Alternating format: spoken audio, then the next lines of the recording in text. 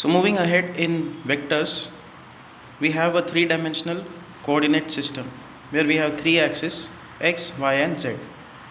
We have a point P whose coordinates are 3, 4, 5.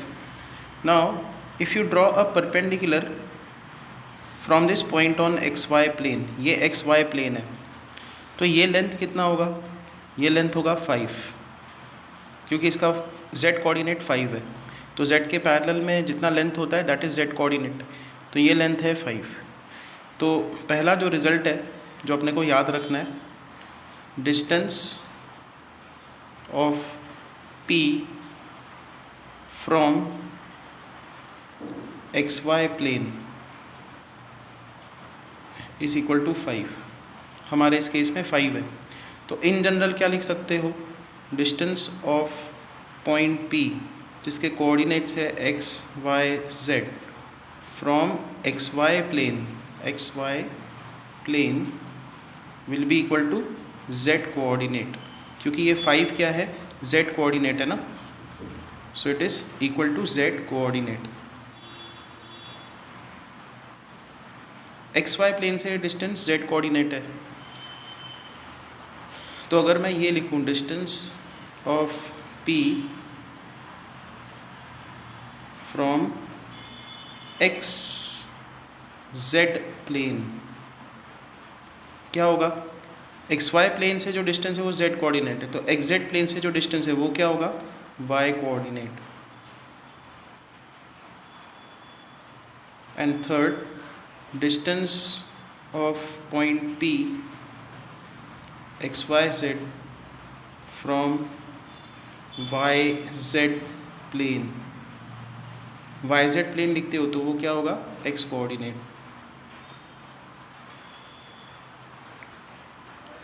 तो ये यहाँ पे आप देख के भी बता सकते हो, ये देखो xz प्लेन है, अगर आप यहाँ पे परपेंडिकुलर ड्रॉ कर दो लाइक दिस, तो ये किसको पैरेलल है? y एक्सिस को पैरेलल है, तो ये क्या है? ये लेंथ एक्चुअली कितना है? ये 4 लेंथ है। और अगर आप इस पॉइंट P से yz प्लेन पे परपेंडिकुलर लगाते हो, yz प्लेन पे परपेंडिकुलर, तो वो पैरेलल टू x एक्सिस है ना, so that is x coordinate, that is 3। तो yz प्लेन से distance x coordinate, xy plane से distance z coordinate, xz plane से जो इसका डिस्टेंस है दैट इज़ y कोऑर्डिनेट। ये तीन चीज़ें आपको याद रखनी है। ये हमने इसमें भी देखा था। देखो, अगर आपके पास 3 डायमेंशनल कोऑर्डिनेट सिस्टम है और आपके पास एक पॉइंट P है x, y, z, तो हमने एक ऐसा डायग्राम ड्रॉ किया था,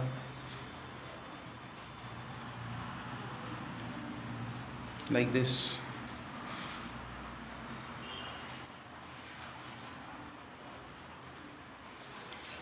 तब क्या था कि ये x एक्सिस हमने लिया था, ये y एक्सिस लिया था, ये z एक्सिस लिया था, और ये है x कोऑर्डिनेट, ये होता है y कोऑर्डिनेट और ये होता है z coordinate.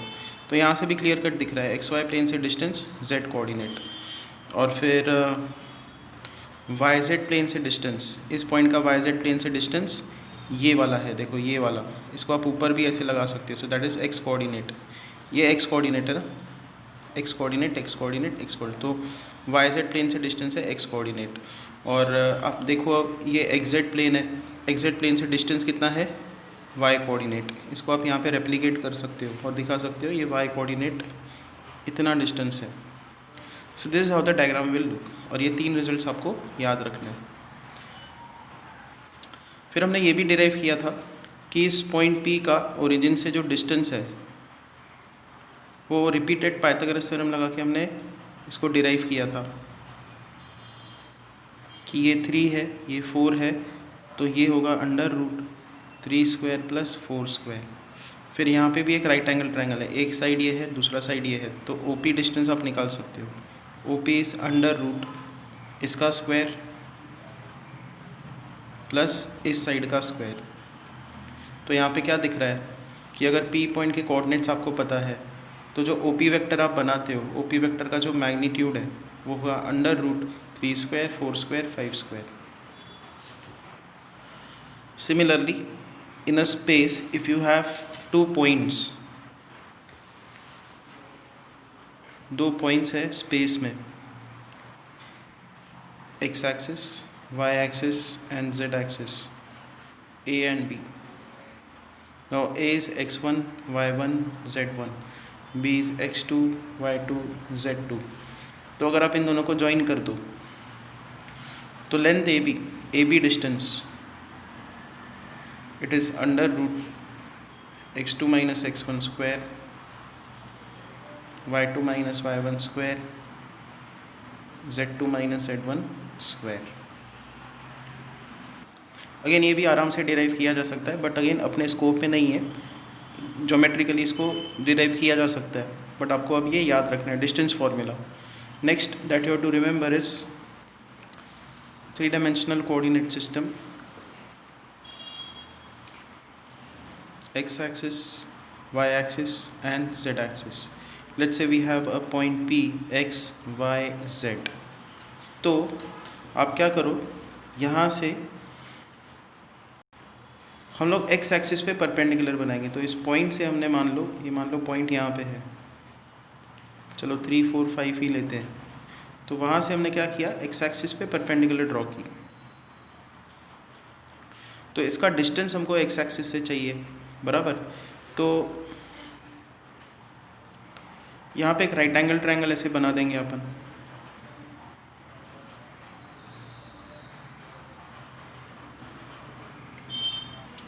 Okay, consider this diagram, x axis, y axis, z axis. This is point P whose coordinates are 3, 4, 5. तो हमने यहाँ पे भी परपेंडिकुलर ड्रॉ की, यहाँ से यहाँ पे लाइन ड्रॉ की और फिर ये राइट एंगल ट्रायंगल कंप्लीट कर दिया. ना ये जो है P A, okay, P A is perpendicular to X axis, मतलब पी पॉइंट का एक्स एक्सिस से डिस्टेंस हम लोग निकालने की कोशिश कर रहे हैं. तो ये कितना होगा, ये होगा 5. ये कितना होगा, वाई कोऑर्डिनेट 4. तो ये कितना होगा, under root 4 square plus 5 square. तो पॉइंट पी का एक्स एक्सिस से जो डिस्टेंस है, एक्स एक्सिस से डिस्टेंस वो है अंडर रूट वाई कोऑर्डिनेट का स्क्वायर. देखो यहाँ पे वाई कोऑर्डिनेट का स्क्वायर प्लस जेड कोऑर्डिनेट का स्क्वायर. तो एक्स एक्सिस से डिस्टेंस चाहिए तो Y coordinate square, Z coordinate square आ रहा है. इन जनरल क्या लिखोगे, अगर point P X Y Z है तो उसका डिस्टेंस एक्स एक्सिस से क्या होगा, root of Y square plus Z square होगा. और अगर point P X Y Z है तो उसका डिस्टेंस वाई एक्सिस से क्या होगा, root of X square plus Z square. और पॉइंट पी का डिस्टेंस जेड एक्सिस से क्या होगा, X square plus Y square. Let's say we have OP vector as 3i plus 4j plus 5k. तो ये जो 3 है, 4 है और 5 है उसको हम लोग बोलते हैं components of a vector. So 3 is its x component, 4 is its y component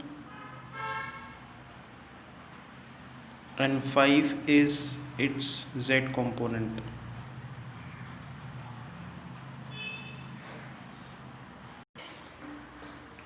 Now consider this diagram. Let's say we have a vector a bar, a random other vector b bar, and then we have a vector c bar. 3 vectors है space में, okay. और फिर यहाँ पे एक चौथा vector है that is are बार, ऐसे. तो स्पेस में कोई भी वेक्टर रिप्रेजेंट किया जा सकता है as a linear combination of, तो मैं यहाँ पे वर्ड्स लिख देता हूँ, any vector in space can be expressed as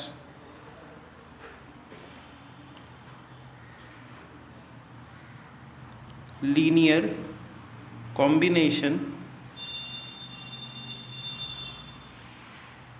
of 3 vectors, 3 non-coplanar vectors.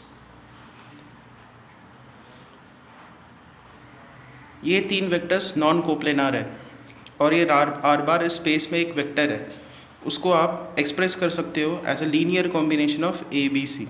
कोई भी वेक्टर, ये फिक्स्ड है, ठीक है, ए बी सी फिक्स्ड है, बट आर कोई भी वेक्टर हो सकता है, उस वेक्टर को आप इन तीनों के टर्म्स में एक्सप्रेस कर सकते हो या एक्सप्रेस किया जा सकता है, ठीक है। तो देखो यहाँ पे करेंगे क्या हम,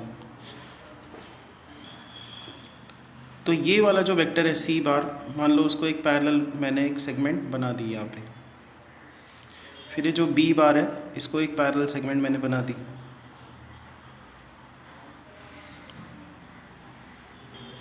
एंड फिर ये ए बार को पैरेलल, तो ये वाला सेगमेंट है ही, तो सी ये ए बार है और ये उसका कोलिनियर वेक्टर है, तो इसको हम लोग क्या लिख सकते हैं,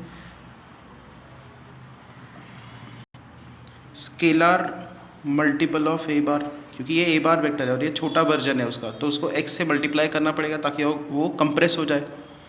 उसके बाद देखो ये बी बार है, तो ये बी बार है, तो ये वेक्टर क्या होगा, Y B bar.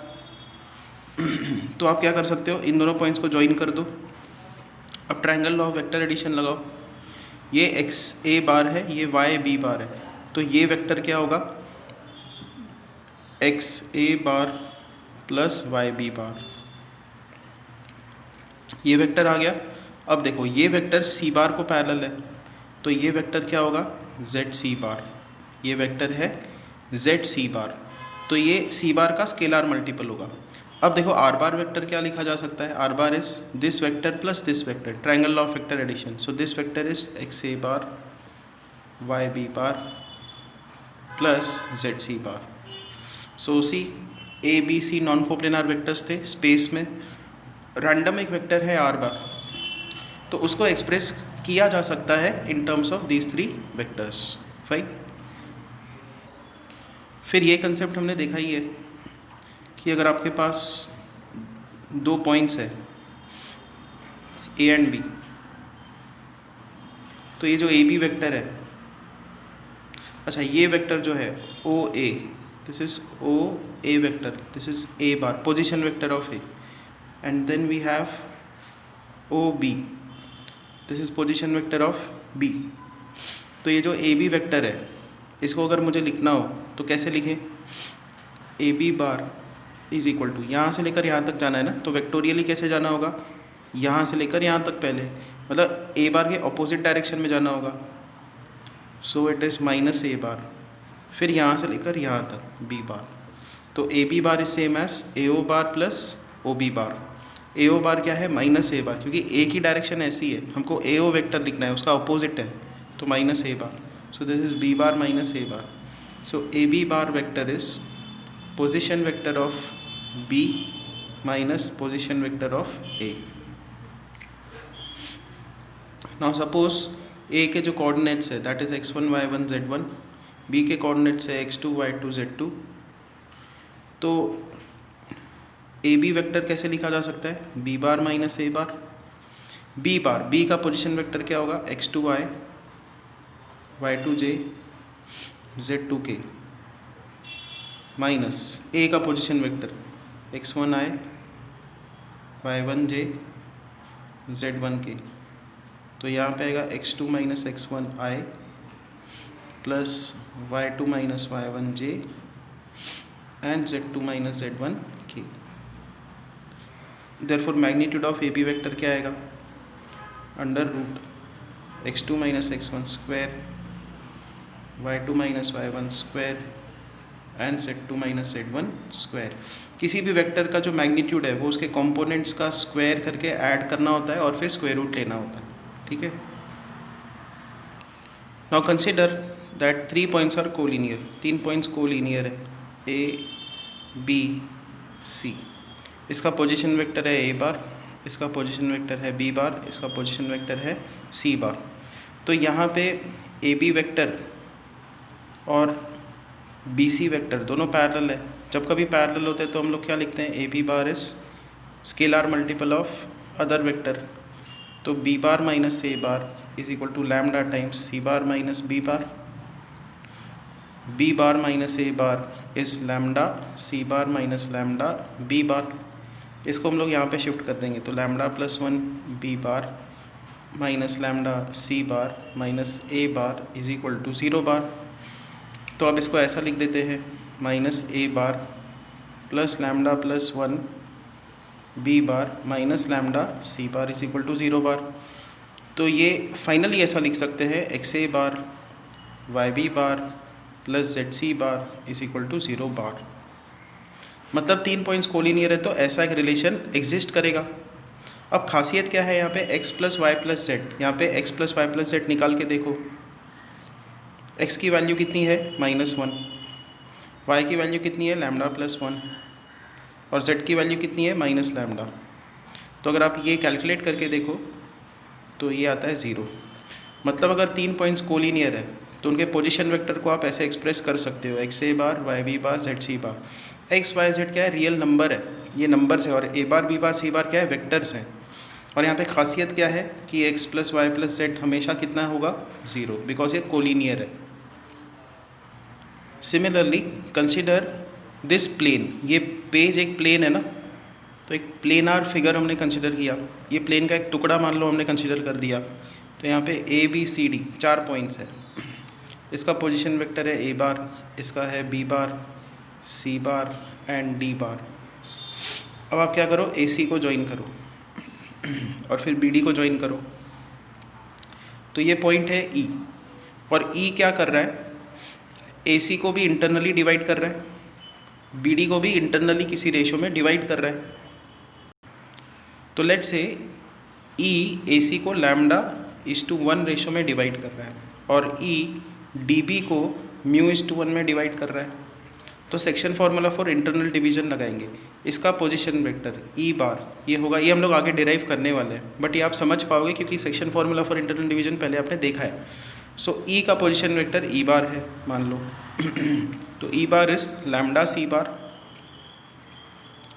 Plus 1 A bar divided by lambda plus 1 और यही पॉइंट ई डी बी को μ/1 में डिवाइड कर रहा है। तो आप क्या लिख सकते हो, mu B bar plus 1 D bar divided by μ+1।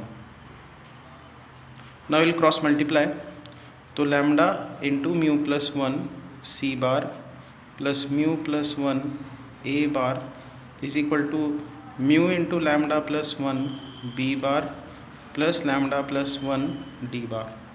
सारे टर्म्स को हम लोग लेफ़्ट साइड पे शिफ्ट कर देंगे, तो μ+1 A bar minus mu lambda plus 1 B bar plus lambda μ+1 C bar minus lambda plus 1 D bar is equal to 0 bar.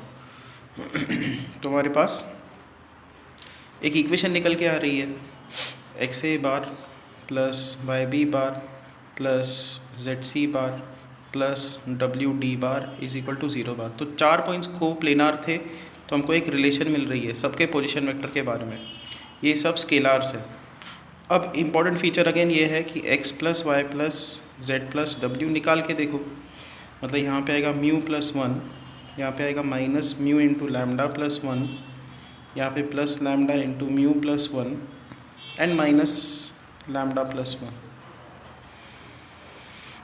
Which is equal to μ+1 minus mu lambda minus mu plus lambda mu plus lambda minus lambda minus 1। तो minus lambda plus lambda cancels out, this will cancel out, this will cancel out, everything will cancel out, you'll get 0। तो again खासियत वो है कि 4 points coplanar थे तो ये relation hold करेगी, और ये कोएफिशिएंट्स जो है x, y, w, z उनका जो सम है वो आएगा 0। So we can now finally start our first exercise 5.1। उसका question number 1, the vector A bar is directed due north. तो देखो यहाँ पे क्या दिया हुआ है, the vector a bar is directed due north and magnitude of a bar is 24. The vector b bar is directed due west and magnitude of b bar is 7. Find magnitude of a bar plus b bar. So a bar is directed due north and b bar is directed due west. इसका जो magnitude दिया हुआ है it is equal to 24, ये दिया है 7। तो जो ए bar plus B bar vector है वो अलोंग कहाँ पे होगा, अलॉन्ग हाइपोटेनस होगा, या आप ऐसे भी देख सकते हो, ये ए बार है और फिर ये बी बार है, तो इनका जो रिजल्टेंट है ए बार प्लस बी बार वो अलॉन्ग पैरेललोग्राम के, ये अगर आप पैरेललोग्राम कंप्लीट करो तो उसके डायगोनल के अलॉन्ग होता है, this is A bar plus B bar vector. तो ये 7 है तो ये 7 लेंथ होगा, और फिर ये 24 है, तो ए बार प्लस बी बार का मैग्नीट्यूड कितना होगा, magnitude of A bar plus B bar will be Pythagorean triplet 7, 24, 25, तो this length is 25। Next is second question. In triangle PQR, PQ is 2A bar, QR is 2B bar. The midpoint of PR is M. Find following vectors in terms of A bar and B bar. PR bar, PM bar, QM bar. So this is how the diagram will look. Triangle PQR. PQ vector is 2A bar, QR vector is 2B bar. And हमको तीन vectors A और B के terms में express करने हैं। वो तीन vectors है PR बार। तो देखो वेक्टोरियली पी आर वेक्टर बनाना मतलब it is equal to P Q plus Q R. आपको यहाँ से लेकर यहाँ तक जाना है, it is same as P Q plus Q R. तो ये पहला क्वेश्चन का आंसर आ गया। उसके बाद पी एम बार बिकॉज ये मिड पॉइंट है तो आप क्या लिख सकते हो, P M vector is half of P R vector. तो half of P R vector is 2A bar plus 2B bar, तो यहाँ पे आ जाएगा A bar plus B bar. उसके बाद थर्ड है QM बार। तो QM बार वेक्टर अपने को निकालना है। QM वेक्टर क्या होगा, QP vector plus PM vector. तो QP वेक्टर क्या है, देखो ये वेक्टर 2A बार है तो ये वेक्टर क्या होगा minus 2A bar plus PM हमने ऑलरेडी निकाला हुआ है A bar plus B bar, so which is equal to B bar minus A bar. तो ये थर्ड क्वेश्चन का आंसर है। So will see remaining sums in next lecture.